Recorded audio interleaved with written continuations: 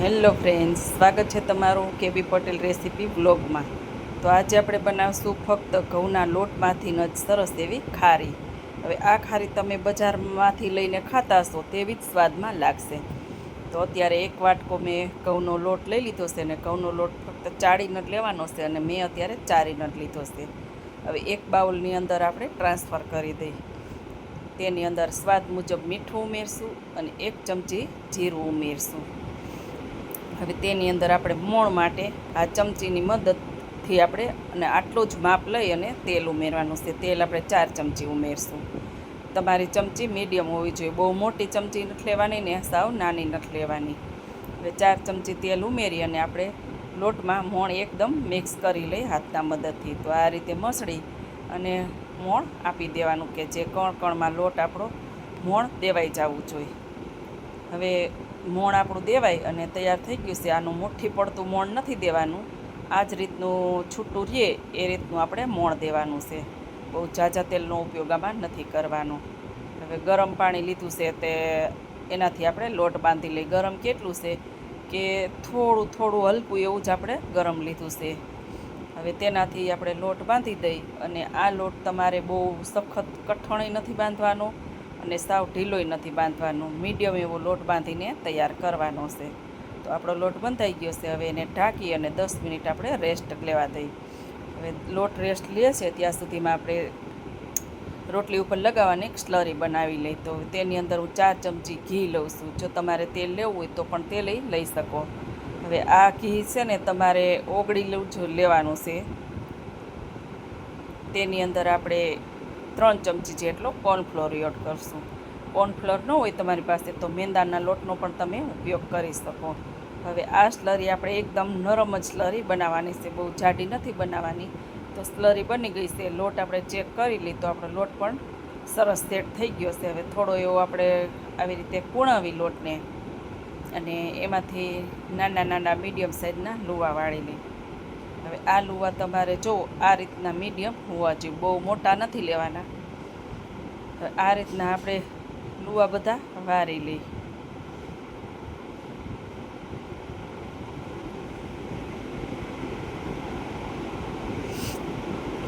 હવે આપણા બધા જ લુવા વરી અને તૈયાર થઈ ગયા છે।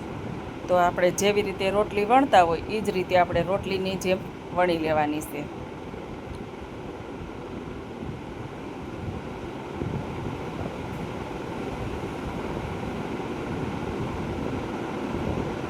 હવે આને આપણે બહુ જાડી પણ નથી વણવાની અને બહુ પાતળી પણ નથી વણવાની।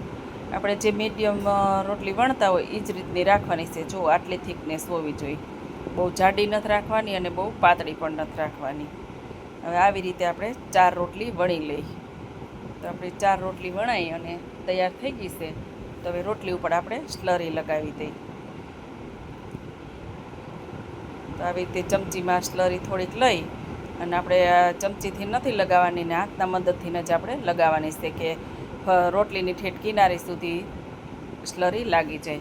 અને જો વિડીયોમાં તમે નવા હોય તો લાઇક શેર સબસ્ક્રાઈબ કરી દેજો અને પાસે આપેલું બેલ આઇકન જરૂરથી પ્રેસ કરજો, જેથી કરીને નવી નવી રેસીપીની નોટિફિકેશન તમને પહેલાં મળે।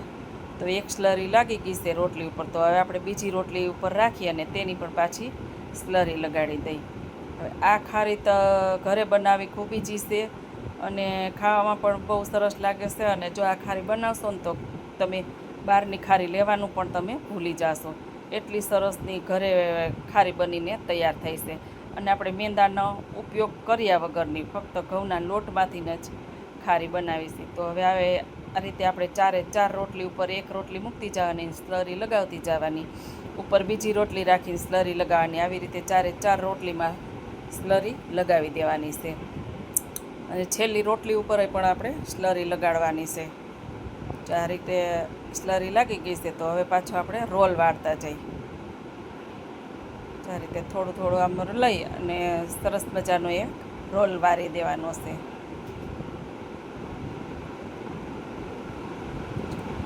આવી રીતે રોલ વારી અને થોડો એવો તમારે ફેરવી લેવાનો કે જે રોટલીના પડ છે એ એક એક રોટલીના પડ સાથે ચીપકી જાય। તો આ રીતે રોલ વળી ગયો છે। તો હવે આપણે એને કટિંગ કરી લઈ ખારીનું માપ। આવી રીતે તમારે જેવી નાના મોટી જેટલી જોતી હોય એ પ્રમાણે તમારે કટિંગ કરવાનું. જો મોટી ખારી બનાવવી હોય તો મોટી કટિંગ કરવાનું, નાની ખારી જોતી હોય તો નાનું કટિંગ કરવાનું. તો અહીંયા આપણે મીડિયમ સાઇઝનું કટિંગ કર્યું છે. આ રીતનું કટિંગ કરીને તૈયાર થઈ ગયું છે. તો હવે આપણે ખારીને વણી લઈએ. આ રીતે હાથના ઉપરથી હથેળીના મદદથી થોડું એવું પ્રેસ કરી અને પાછું વેલણથી આપણે વણી લેશું. એટલે બહુ પાતળી નથી રાખવાની ને બહુ જાડી પણ નથી રાખવાની. આટલી ખારી હોવી જોઈએ જાડી. જો બહુ પાતળી નથી કરી નાખવાની આપણે. હવે બધી ખારી વણાઈને તૈયાર થઈ ગઈ છે. તો આપણે લંબચોરસનો શેપ આપવો છે. તો કઈ રીતે દેવાનો કે આપણે જે બંને સાઈડ હોય એ થોડી થોડી કાઢી નાખવાની.